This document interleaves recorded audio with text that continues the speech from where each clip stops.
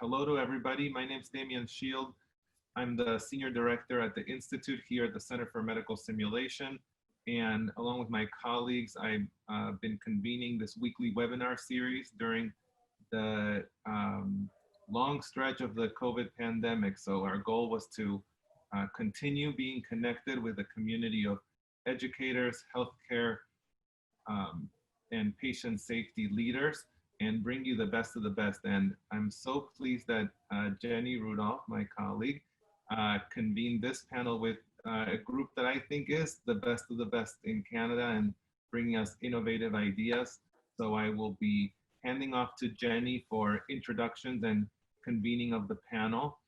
I'll be your host in the background. So if you could help yourself to the Q&A chat, the Q&A section in your Zoom program, that's where you can message us. Would love to hear from you at this early juncture, an introduction. You might say who you are and where you're from so that folks can see that. And then as we go along, if you would pose your questions to the panel there, I'll be curating them as we go along and then bringing them back to Jenny for her to masterfully connect with the participants in the discussion section of the program. And I know that they'll be pausing at times and they'll have some time at the end for that as well. So without further ado, Jenny, to you. Thank you, Damien. Welcome, everybody. When a lot of us open new clinical spaces or have to have new clinical procedures, we often assume that the architects built it out the right way, that the people who wrote the policies or procedures wrote them the right way. And what we've been increasingly discovering is that without simulating those, things can go very awry. When Andrew Petrosoniak, Kari White, and Chris Hicks published their paper, Design Thinking Informed Simulation, they kind of took it to another level, I think, for many of us, which was to think about design, customer empathy, end user empathy, and how do we do this work of testing, simulating, understanding, and creating workspaces for healthcare providers that allows them to do their best work and have patient safety. My name is Jenny Rudolph. I'm an organizational behavior scholar and executive director at the Center for Medical Simulation. And I'm really excited to be here today with Andrew Petrosoniak, who is an emergency physician at St. Mike's and on the faculty at the medical school at Toronto. Chris Hicks, also an emergency physician at St. Mike's and also on the faculty at University of Toronto. And Kari White, who leads the respiratory therapy program at St. Michael's. Collectively, they and their colleagues, I think, are doing really game-changing work that all of us need to be thinking about in terms of how do we create simulation programs, how do we integrate simulation, how do we stop thinking about doing simulation that's separate from everyday work, and how do we use it to sort of integrate with the work of our colleagues. So welcome Petro, welcome Chris, and welcome Kari. Thank you. Thanks, great to be here. Thanks, Jenny. So I'd like to start out with helping people who are with us understand the work that you did, integrating design thinking and simulation. And one of the things that I thought was really interesting is you came out with several end products, one of which was a resuscitation tower, one of which was a trauma bay design. And I think the stories of those really help us understand the steps of design thinking and how you integrated it with simulation. So I'd love for you to dive in anywhere there to help us understand the work you did. And maybe Petro, I'll start with you, and Kari and Chris, I know you all are a wonderful trio, so just chime in as you see fit. Yeah, great. Thanks for having us, Jenny. It's a pleasure to be here and chatting about some of the work that we've done. We took this approach a little bit differently, and it didn't come, it didn't come that we said, okay, this is for sure. We're going to start with design thinking. This is how we're going to do it. We get the opportunity to start redoing our whole space, but rather we were afforded some opportunities several years ago that allowed us to dig into how we're using our existing space, or where we thought there were some challenges.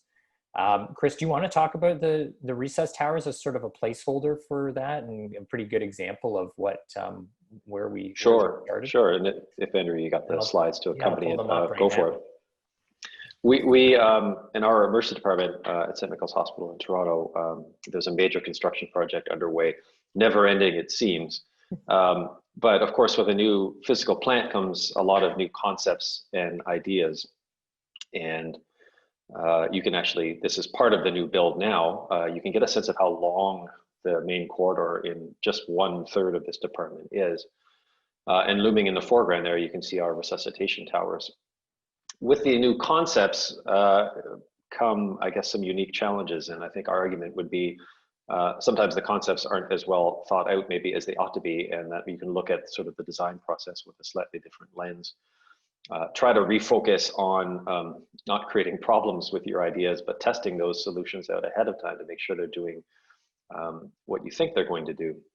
And so the recess towers are an example of that, actually kind of a backwards example. When Andrew starts talking about the trauma bay design, what Andrew and Kari will describe is a little bit different. Here, the concept that was put in our new department was a really, I think, beneficial one. The idea being every room is a resuscitation room. We got away from the idea that this is a resuscitation bay focused department and that every room was meant to be able to resuscitate in. However, there was nothing to support the logistics of how that was actually going to happen.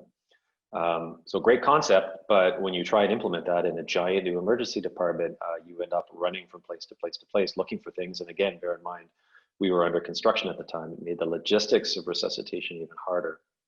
So the recess towers, this is what you're looking at here, is about a 6-foot tower that was the end product of a multidisciplinary simulation-informed process where we took doctors, nurses, RTs, some of our CAs, those are called clinical assistants. They support sort of the clinical logistics in the department.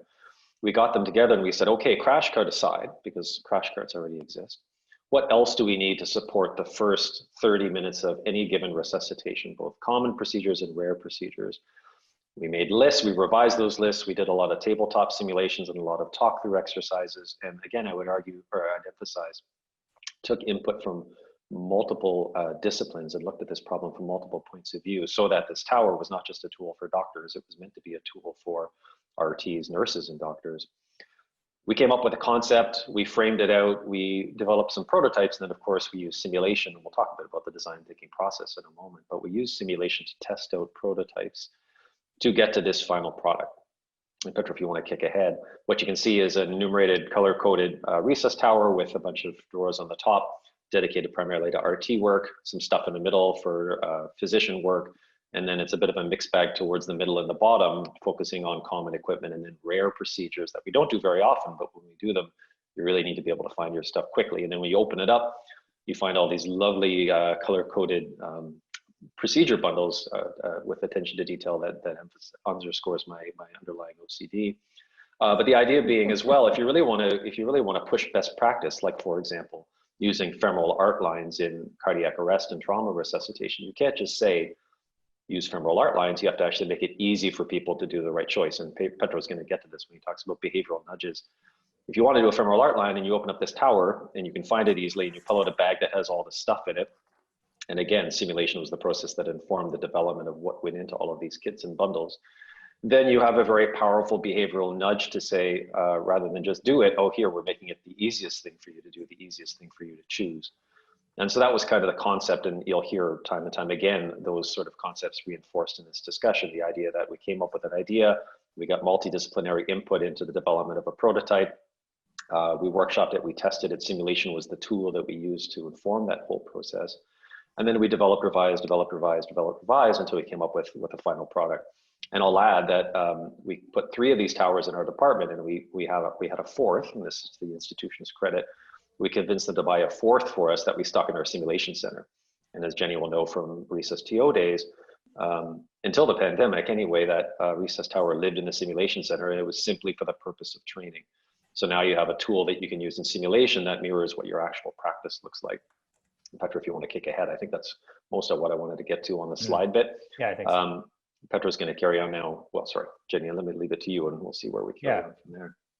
Sounds great. So as we move forward, I just want to highlight one thing that you're saying, Chris, and that is when I spoke to Tim Draycott last year at the Society for Simulation in Healthcare conference about his work in labor and delivery teams and floors, he had a marvelous phrase, which was make the right way the easy way.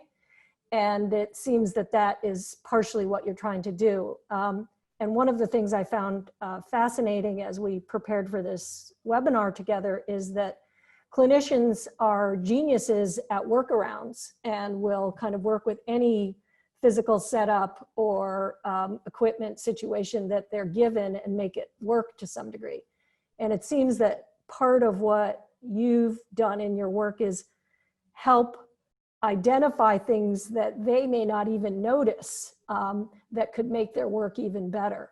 And you know, I think it's almost worse than that, Jenny. I think we wear it as a badge of honor that we can work in difficult circumstances, and we, especially in emergency medicine, you know, it's part of our identity that we can develop workarounds, and we don't think often about how it can be another way. This sense of learned helplessness that the system is built for us. You can hear us refer to that, I think, multiple times through the discussion. There's a cultural element that we're trying to break down here too, right? Part of our identity is to be problem solvers and to work in tough circumstances. And yet, those circumstances put us and our patients in jeopardy and cause time and logistics and process delays that aren't necessary. So some of this we write, but some of this work is also trying to undo a kind of cultural peculiarity that we almost wear around, I would say, in a semi-dysfunctional way about the extent of dysfunction that we're able to put up with. And just continuing in this trajectory for a moment, part of what you're talking about, Chris, is accepting a certain level of cognitive load, we might say, that's being drained by inventing or working around all these things. And I think one of the things that was potentially touching to me about your work is that by having empathy for what it really is like to do the work, we can help our colleagues focus on the things that actually make their care of patients better, their care of each other better, if you sort of decrease the noise introduced by poor design. So Petra, I don't know if you want to take it forward from there, or Kari, if you want to comment on this in any way.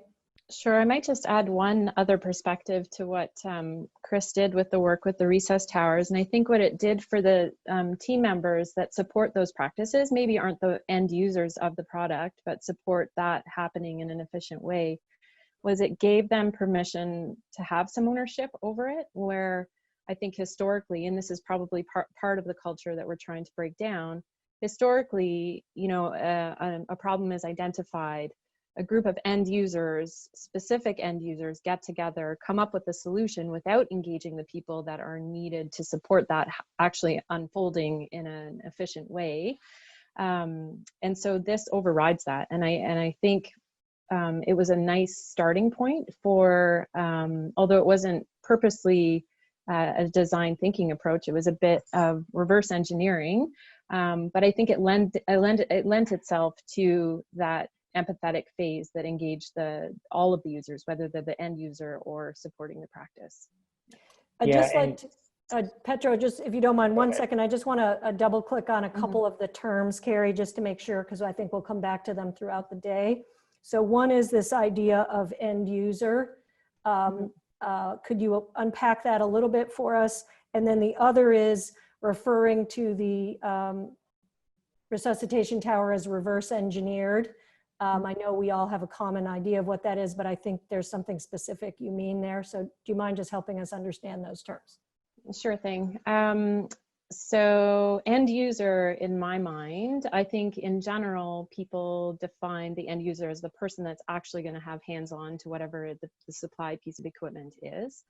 But I think it's better served thinking about supporting the end user from the moment the decision is made to use that supplier piece of equipment through to actually touching the patient.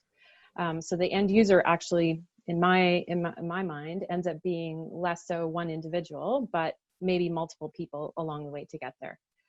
I don't know if you guys have anything to add to that? Probably. Yeah, it's exactly, yeah. it's that, it's what we, you know, when the tech folks will talk about the end user being, you know, who's actually using the iPhone when they develop it versus maybe the intermediaries along the way that might have some input.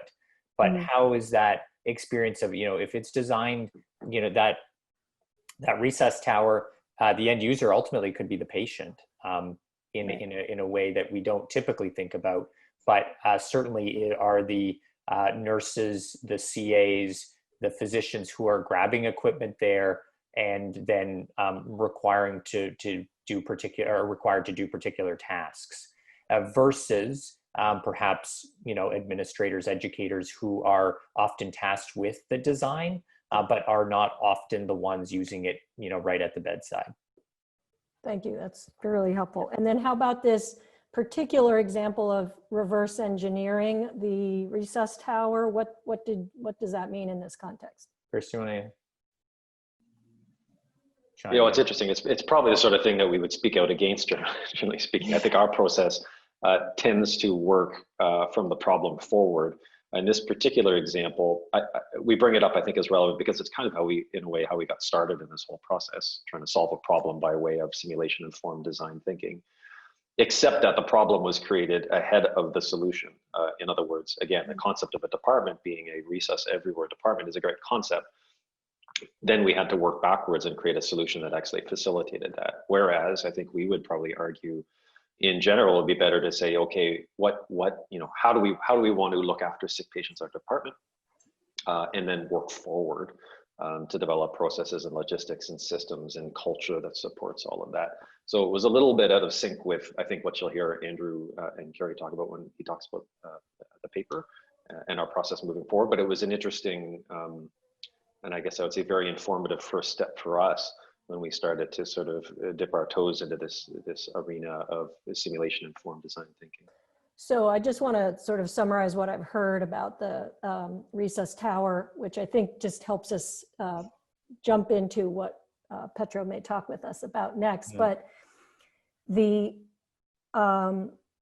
department was defined as a recess everywhere department, and then that didn't work so well. And so then you had to retrospectively design something to help solve that problem, hence reverse engineering of the tower. And what we'll learn now is some other ways to potentially think about that.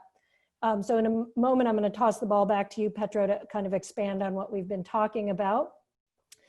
Everybody who's online with us, let me invite you to please type in any thoughts or comments or questions you have into the Q&A.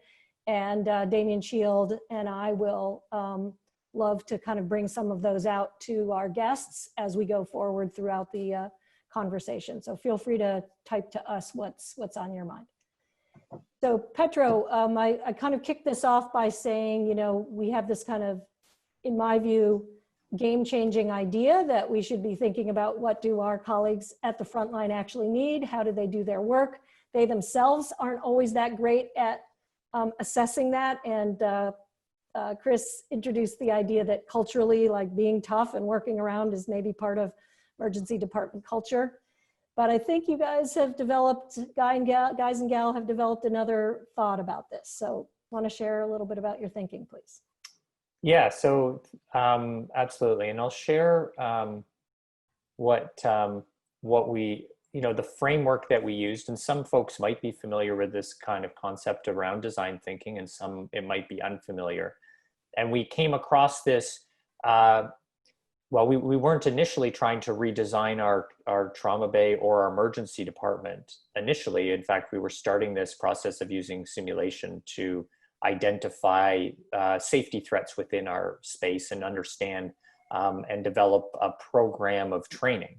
But as we started to move along, we came across this framework that is fairly common in industry, particularly in the tech industry, and in growing in the business community around design thinking, which is a strategy for solving problems and coming up with solutions that are different than like a randomized trial. Whereas you have a specific hypothesis and then you want to test, you know, does the null hypothesis fit or not? Whereas this is something where we're trying to really understand, there might be an issue. We would like to do something about it, but where do we even start there? And when we look at design thinking, it gets at understanding the end user, which we kind of defined, which is the people ultimately that are experiencing the challenge.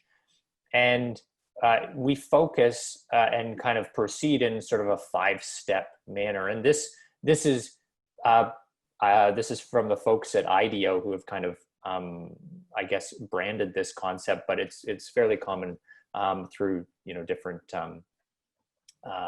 through different industries. But it looks like it's sort of linear, but in fact, this happens in kind of micro ways within a larger project. Like you might start to empathize, and we do stuff with the recess towers, but the bigger space might take a little different, you know, the timeline might be different. But you can see, and we do this all the time in medicine, we jump immediately to the solution space all the time. And by using, you know, you show up a meeting and they're like, oh, well, we have a problem here. We're building a new, you know, some new infrastructure. And they're like, okay, well, here's the solution, right? Everybody around the table might have a solution. And it's not that people don't bring good ideas to the table, but we often dismiss ideas or go forward with ideas without really thinking through what might, you know, the second order thinking, like what's the impact of that? Like what Chris already talked about. When you design an emergency department where it's a resus everywhere, that's a great idea. Okay, on paper, that sounds like we can run a resuscitation in every room, which is a good thing because people have unpredictable things that happen to them in the ED. But remember that might result in downstream effects, like how do we make sure that there's equipment to resuscitate everybody in each room? And if that's not thought through, well, then you suddenly have a problem. So we spend a lot of time in the problem space, which is understanding the end user and really trying to figure out what it is that, what they need. And sometimes they can't tell us that, Jenny. And I think that's one of the things that we'll highlight in a minute. We ask them, but we also try and observe them. And if we look here, this is where we sort of see simulation as having its high yield impact. And we'll use simulation early on in the empathize stage. So normally people do needs assessments and they just ask people, what is it that you need? And that's great. But we're often blind to how we work. The learned helplessness that Chris talked about is already, is so ingrained in us that we don't even know that it's a problem. So we don't identify it when you ask us. So we can't exclusively rely on just a conversation, but rather we couple that with direct observations, and we try and do that in a way that's meaningful. And then eventually we use, as we get into the, you know, we've come up with ideas, we've come up with some solutions, we prototype those so that whatever happens, whatever we come up with, whatever the prototype is, it works as intended. And it's kind of this idea is we're trying to get work as imagined as close to work as done as possible. But that we know doesn't always happen. And so I'm just going to show you a slide here, and there's a lot happening, but I will just show you that this is how we started our empathy stage. And you can see there's 4 different quadrants here. All you're watching the same simulation. This was in our old trauma bay. And what we do is we were able to capture multiple different angles so that our human factors experts who were watching this could identify all of the challenges that we experience. And that was sort of the launch pad, and we'll refer to it as the trust study. And that's a study that we'll be publishing shortly, but it's a trauma resuscitation using in situ simulation for team training study. And it was regular in situ simulations to understand how folks worked in their existing space. And then Chris, Kari, and I would debrief those and use that, both the debriefing and the direct observation that was done by human factors folks. We coupled those together to look at how what safety threats existed in that space. And then we'll fast forward. I mean, we'll talk about it in a bit, but ultimately that was the launch pad. That was the empathy stage. then we were fortunate enough to actually be able to get involved in the design of our new space.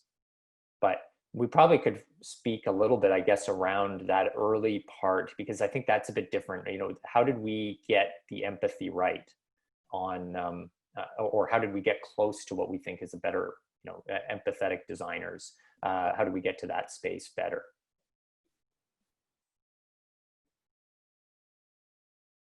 I'd love to hear more about that. And let me just contextualize this a little. We had a question from one of our participants here asking to some degree about the relationship between education needs assessment and the empathy stage.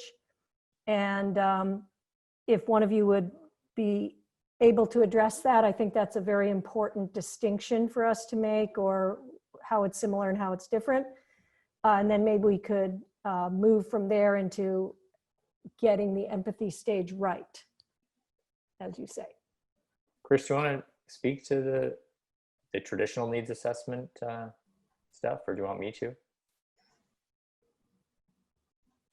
Sure. I mean, I do think there's some overlap, and we've been asked this question before. You know, how do you distinguish between our work and needs assessments or a lean process? I do think the distinguishing feature is this notion of being able to empathize with what people need and what their work is actually like. My needs assessment, my experience having done an entirely, you know, piteous amount of needs assessments in my career as an educator, they do seem to get to very concrete elements of a problem. You know, do you have this? Yes or no? How good is this? It's good, it's bad. I don't know that I've seen, and Jenny probably read more about this than I do. I don't know if I've seen a lot of needs assessment that really drive at that issue of empathy and understanding. And I think one way, and Andrew's already touched on this, one way in which I think you can distinguish between the two things, or at least highlight a difference between the process that we advocate for and what a needs assessment might accomplish, is something that Andrew already touched on, which is sometimes you don't know what you don't know. You know, you do a needs assessment, you're generally speaking responding to the things that you're already aware of or that you think you might be lacking. Simulation is a tool, and I think that's what we keep emphasizing over and over again. In our context, simulation is a very powerful tool to both highlight what is known, and I don't want to undersell that. That's been very important for us, just to allow people to give a name to problems that they already know are there, so that we can codify them and quantify them, feed them back to those people, and then feed them up the food chain, so to speak, to really influence change and get buy-in from people and institutions. But it also helps highlight things that you know that weren't known, the unknown, so to speak. And that's where I think a you know, needs assessment process in and of itself probably falls down. And of course, and I'm obviously speaking to somebody who knows a thing or two about this. You know, the discussion that comes by way of an informed debriefing process generates answers and discussions and probably more questions than I feel you could ever get from just sort of a straightforward needs assessment. You know, we end up, I think, learning more in a debrief that poses more questions, that leads to more simulation, it leads to more design queries than I think we would ever get from, for example, a survey or something, or a focus group or something of that nature. So there is something very much about being able to empathize and being able to use simulation as a tool by which you can kind of execute that sense of empathy and understanding. Yeah, so I think to continue the conversation about empathy, one thing I might say is I think a important way to distinguish between educational needs assessment, as most of us have been taught it, is that it focuses on learning objectives or learning outcomes. And this design-informed simulation process, in my view, moves us up whether we call it the Kirkpatrick scale or T1, T2, T3, or moving from learning to application to impact. It moves us upstream to those user impacts, end user impacts, such as what is it like to be a provider working in a research bay, to how does that impact the patient. And so I think that's a particularly important part of the work that you've proposed here. Yeah, and I guess to give a concrete example, and then maybe Kari and I can talk a bit about like the actual debriefing part and what we had identified and where the debriefing was valuable and where it fell short and how we supported that. But if we if we use a traditional needs assessment, we would say how should we we'd come up with an objective of like, let's say we need to better identify oxygen desaturation during a resuscitation. Okay, so the oxygen saturations are falling. How should we do that? And we would ask folks how to do that, and then we would come up with some solutions. And they would tell us, oh, well, we could, turn up the volume louder on the monitor. They might, they would come up with some ideas, and we would run that through a simulation, and that's okay. But that's very concrete, like you alluded to. And when we run simulations as part of our empathy stage, what we identified was some folks don't even know that the oxygen desaturation is happening for several minutes prior to it, prior to them being aware. So then when you get into a design phase, we'd say, oh, well, we had a third-party observer. We had human factors experts being like, well, why is that happening? Well, of course that's happening because like everywhere in medicine, you can see always the monitors are behind the airway team. So you would never see that. So if you ask me as the user to be part of the needs assessment, I won't ever get you the answer that we think is at least part of the solution to the problem. And instead we would put, now as a result, we've decided that we're going to put monitors in front and on the side of the patient and at the back, so that it's, we have a 270-degree field of view for vital signs, and we'll show you pictures of that shortly. But that gets to some of the examples of where a needs assessment is great. Oh, I feel like I need to learn CPR better. Okay, great. But then if you're integrating design of equipment, maybe redesigning how a team configures, there are so many blind spots that the user might have that simulation can help support the sort of a 360 approach to that. Kari, should we talk a bit about how that played out when we would do our debriefings? Because Kari and I led a lot of our early on debriefings in the starting of this project. Yeah, I think I would add to Andrew, I think that's what I love most about combining this design thinking to designing new spaces. It was pretty remarkable actually to see that disconnect. And I think, quite often you and I and Chris and a few others would take that back and try and mull it over to get a better understanding of why that was happening. So the disconnect that we were seeing was that although we set it up in describing what they were about to experience and why they were participating in this, and tried to frame it the best way that we could to allow them the opportunity to say, this is a white sheet of paper, the world's your oyster, go at it and bring us your ideas. What we discovered in a bit of a qualitative review of the debriefing data was that when we had our verbal discussion in the debriefing, tell us a bit about what that was like. What was it like using that cart? How was the equipment? How did you interact with the equipment? The default was always to go back to interpersonal communication. It was how the team really worked well together. Okay, tell us a little bit more about what about the cart that you used? Or I noticed that you laid all of the intubation equipment out on the chest of the patient. What was that like? Oh, well, that's how we do. And so it's interesting because, being hands-off and stepping back and sort of understanding the 5 steps of that design thinking process, it's easy for us to sort of say, yeah, but like what else would help you facilitate doing that in a safer way? And so we really struggled to reframe it for them and give them the power to say, actually what would work well is if I had a mobile cart that had all of my airway equipment on it with a tabletop that was big enough to support that, so I'm not putting it on the patient, right? And the other thing, Kari, I guess they would jump to solutions right away. They'd be like, oh no, we should just fix this, like with some kind of half thought out hack that we that's not what we want to get. We wanted to design the space better. So we were like, what, let's just pause. Like, tell us more why that was your problem. What was it that led to that?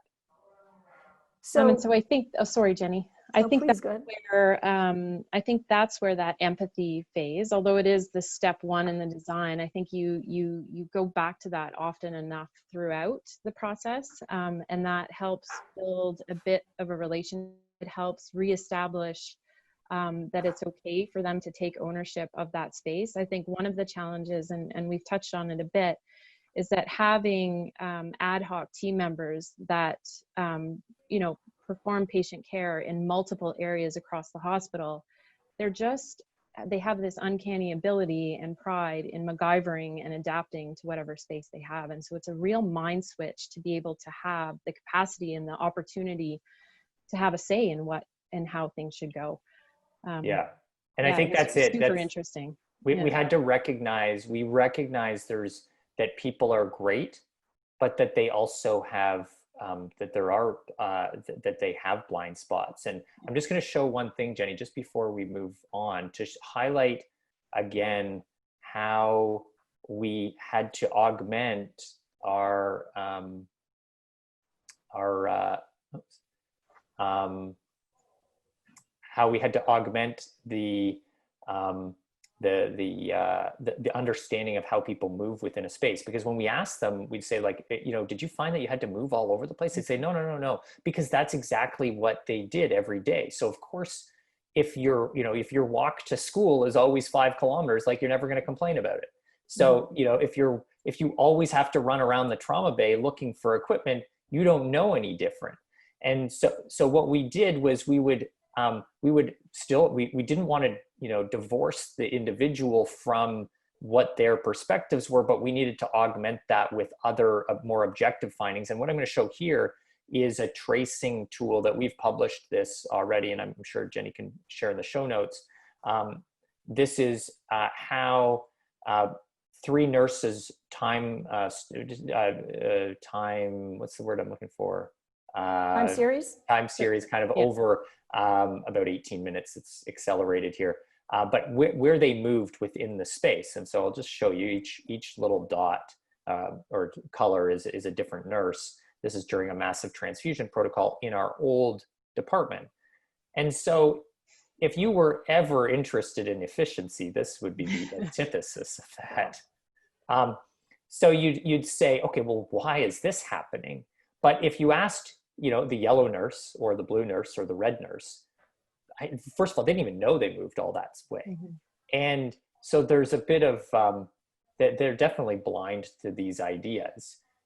And so for us, then we could show them this and be like, look at that. And they're like, oh, geez, look at, you know, maybe we should figure something else out. And they're like, no. And then some of them had some understand. They're like, yeah, it's been so annoying that we have to always travel all over there. But there wasn't a lexicon or objective data to kind of bring to our institution to kind of say, this is a real problem. And so that is when when you can do and have the luxury of being able to do some research and making it a bit academic, and this is not data full of p-values. This is just observations of how we work. If we can get a little bit more granular than our usual just asking people, then we can get some better outcomes. And so as a result of that, we've since been able to, redesign some spaces. So that is amazing. I'd like to wrap up this part of the dialogue with you, Kari and Petro.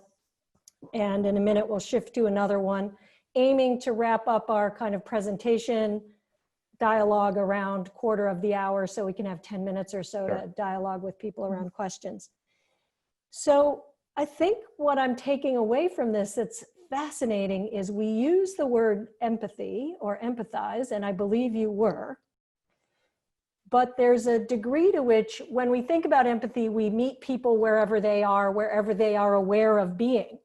But what you're saying here is people often don't know the impact on their ability to work themselves. You use the word blind spots and so on. And so there's a degree to which this simulation of the work itself changes people's perspectives and forces people's attention upstream to how is it actually applied, how does it impact the patient, and how does it impact clinical outcomes. So there's a I don't know whether the right word is sort of, you know, a little bit of you know best, the designers know best. I know that's very, very counter-cultural to design thinking, but I want to highlight the idea that helping people see how they work is part of your intervention. It's not just listening to what they say because they don't always know. I realize that's a bit controversial in the design thinking space, but wonder if you would respond to that briefly, and then we'll move on to another topic. Mm-hmm. Yeah, I mean, what we tried to do was show them how they work. So then I definitely don't want to say, you know, I think most of healthcare is designed, if we think about like physical spaces, the architects who do great work design spaces for us that we don't necessarily have the amount of impact, the amount of influence that we should. And so that's a good example of maybe us not being as engaged as we should. What we tried to do here that is a little bit different is we recognize people's biases. So we follow that. We don't dismiss that. And then we just give them alternative perspectives. We're not telling them that, oh, listen, you guys are wrong. We're saying, here's another way of looking at how you work. Tell us about that. Okay. You know, so it's still open. Now, if they look at that tracing tool and that map and say, yeah, we are very happy with the fact that we wore our Nikes to school today and we're running all over the place. Okay, I guess that maybe we shouldn't focus on that. But what it hopefully does, and you know, as designers, we're also then looking at that and saying, yeah, I think there's probably an opportunity here. Let's then vet that, member check that with the end users and say, okay, what do we think we should do? And then we start to define a problem. Is that a fair assessment, Kari, do you think? Yeah, I think the only thing I would add is sometimes it lined up, right? Sometimes what was discussed and highlighted and sort of self-identified in the team members was accurate. It wasn't all right. This, you know, a complete separate interpretation of what was happening.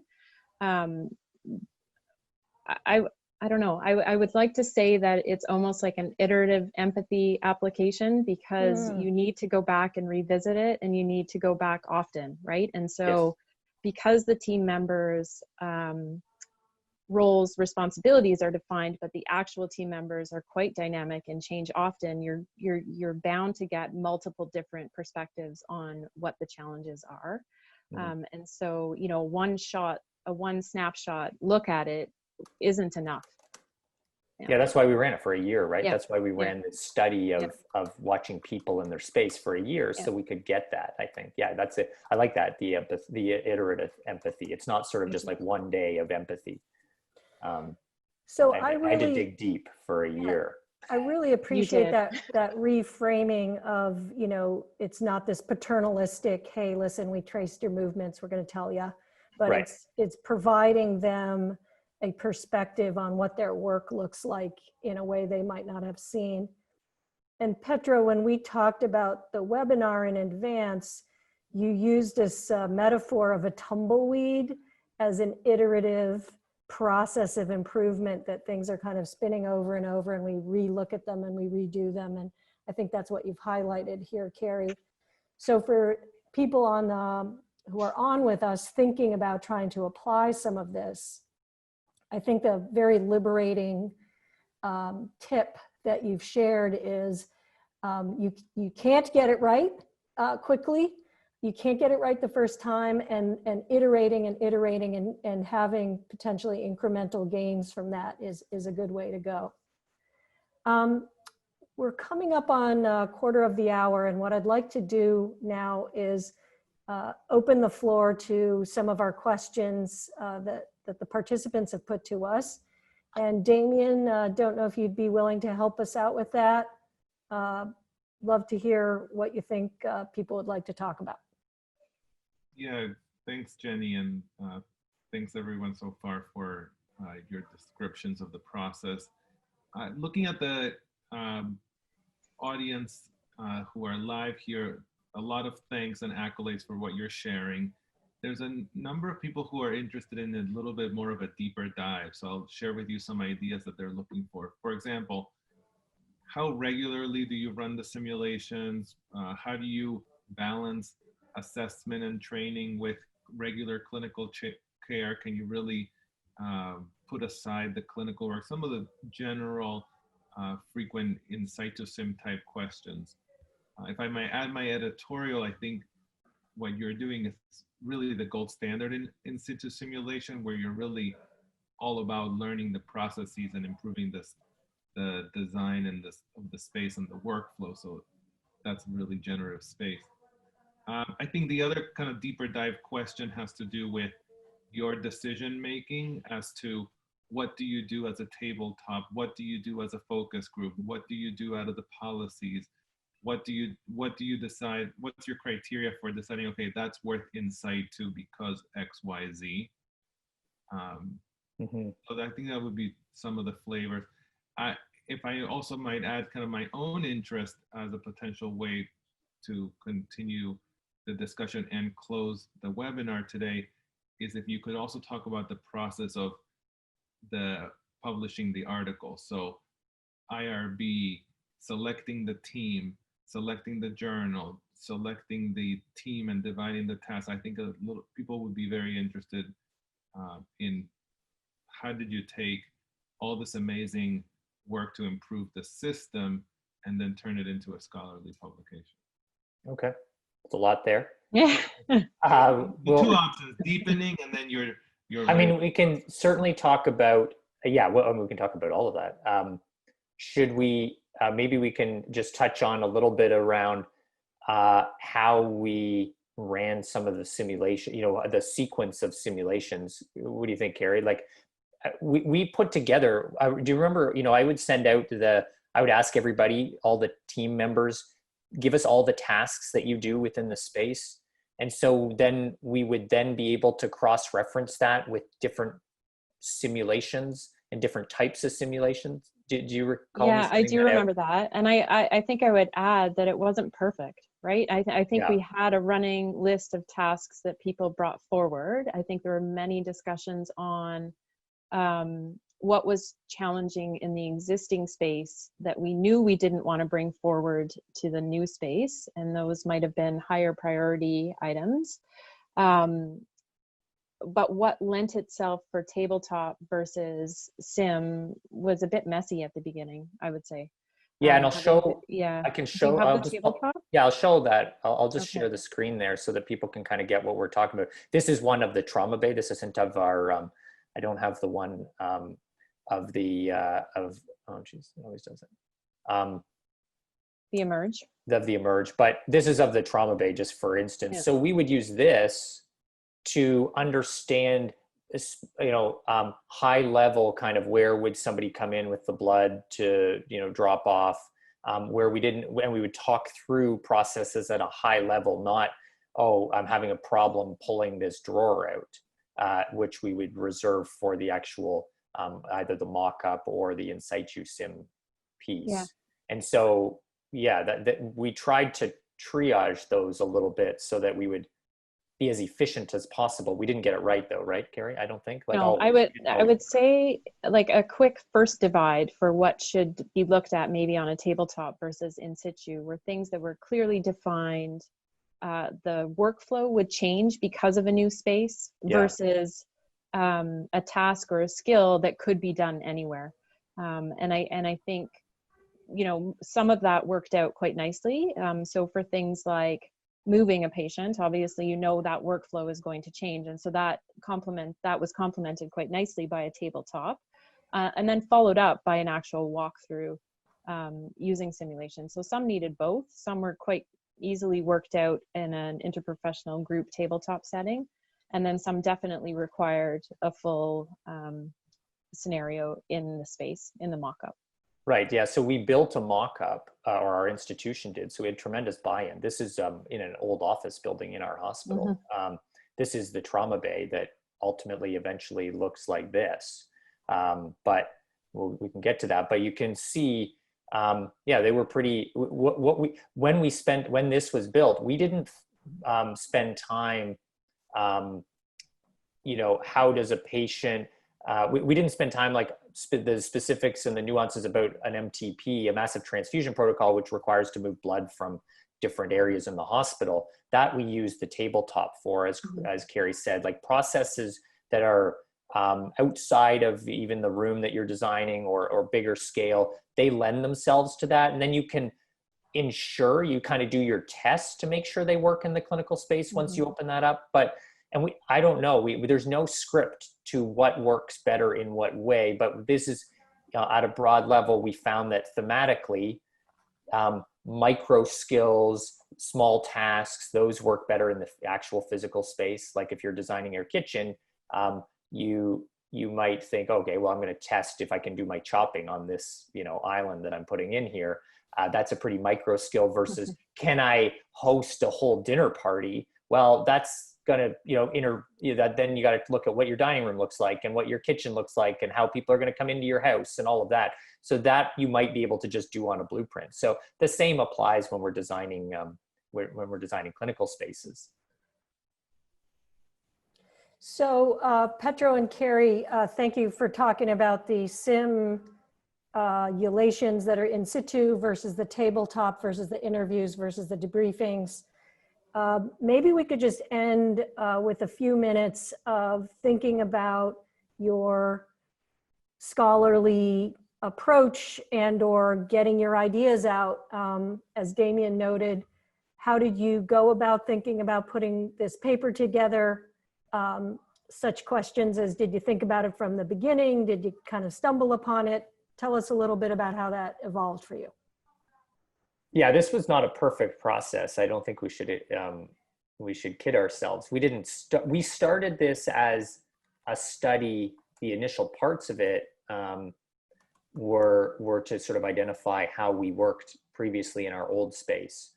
But we then also realized we needed to be involved in the design of our new space. And we got early, I guess we were talking about this yesterday, Jenny, about using the term buy-in, but this was sort of a longitudinal process of showing our worth and being interested and involved and showing that we cared about where we work.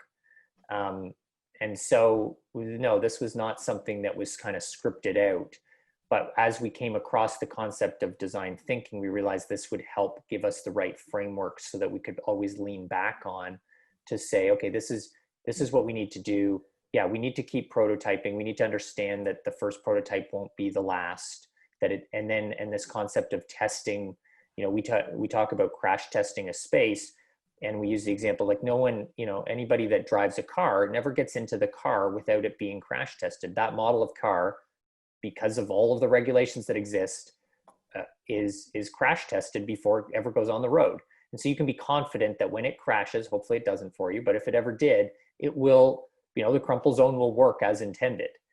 And the thought that this happens in medicine, where we never crash test patients before the real patient arrives into a clinical space, is just mind-boggling to us. And we took that as like, that's not acceptable. So no patient in our mind should ever be the first test of a clinical space, of a new clinical space. Like that's not responsible. I'm not letting my grandma be, the first person who's going to get a cath in a new angio suite or whatever it might be. And so I think that's something that our team kind of got behind. We're like, we're not allowing this. Is that fair, Kari? I think absolutely, definitely with regards to the patients and then also the staff, right? There's nothing more disheartening than to hear a staff member say that they knew what to do and couldn't do it because of an inefficient system, process, cart availability, whatever. They carry that with them. And so I think that that was a big driver too. And then if you look at the contributors to the paper, and this might lend itself to our conversation about buy-in. There's people that contributed to that have oversight on multiple projects throughout the organization. And so having the awareness of the success that we had or were about to have at this point, I think helps with them being your advocates across the organization, right? Spreading the word. And we realized early on, like if we got the design right, and we realized that if you design something really well and you ask people, they'll be like, yeah, it's okay. But if you design it, and that's perfect. If no one says anything about your space, you know that you've nailed it. Yep. So people in our trauma bay, which we think is quite well designed, they're like, yeah, it's all right. I'm like, perfect. Whereas if they're like angry, throwing things, they don't like our, that's when the frustration comes out, not because of the challenges with like, okay, we got a hemodynamically unstable patient, like that's challenging. But if it's because you can't find the equipment to manage that unstable patient, like that's even worse. So then we know we didn't get the design right, if people are frustrated by that. So I'd like to jump in here and wrap us up on the content of the webinar, and Damien will take us forward in a moment with just a few other opportunities for learning. Andrew Petrosoniak and Kari White, just want to thank you so much for your work. I think in this moment where we're under even more time pressure and financial pressure in healthcare than ever, an approach like this that involves empathy for the providers and improves the ability to care for patients is even more important than it was 18 months ago. So thank you for your marvelous work, and thank you for joining us here. Oh, well, thanks for having us. Damien, over to you. Yeah, I want to echo the appreciation. I think my takeaway for many of us in the healthcare simulation field, where our educational processes are disrupted, this really gives us a new outlet. You got into it through your work, but I appreciate that you put in the effort to share it as a scholarly article and in this format today, because now I think many of us can take it to our organizations and say, hey, we'd like to do some help on your system. Our design thinking informed simulation could really help. So if anybody is interested in that, do reach out to Andrew, Chris, and Kari. Here's their Twitter handles. They would be glad, from talking to them, they'd be glad to help you think through that and possibly play a role with you. Please keep in touch with us as well on Twitter, and do keep on returning to the weekly webinars. So I'm very excited to be hosting Sasha Sopka, an anesthesiologist from Germany, who's going to take our design thinking one step further in terms of the human processes. He's done his thesis on handovers and checklists and how that may or may not improve patient outcomes. So that'll be quite edgy and controversial. Looking forward to that. In terms of later in the year, we've got an Up Your Feedback Game workshop that's going to be a little bit of a longer format with very limited capacity. So if you're interested in some of the interpersonal skills that the Center for Medical Simulation has worked on over the years, this is a really great opportunity to work with Janice Palaganas, myself, and others in a short format. And we've got a number of online programs available to you over the next few months. The Healthcare Simulation Essentials is our instructor training course. It's the subtitle is Design and Debrief. So we take a very similar design thinking approach to designing any simulation education program and how it fits into your organizational needs, and pair that up with debriefing skills. So I invite you to consider that, as well as some of the other programs that we have available. Mary Fay, my colleague at CMS, and myself would be very happy also to connect with you about your organizational needs. So don't hesitate to reach out. We're part of the connecting across the internet during COVID is to keep the community going, but it's also for us to be in contact with you. So please reach out, as we'd love to talk about what's going on in your organization, how we might help you. So thank you very much. I look forward to seeing you all. Thank you again to the panel. I look forward to our debriefing and to further work with you. Congratulations on your great work. And Jenny, thanks again for being such a great host and debriefer and supporter of our work. Thanks for joining. Thanks. Bye, Kari. Bye, Petro. Bye. Bye, everybody who joined us. Thank you so much.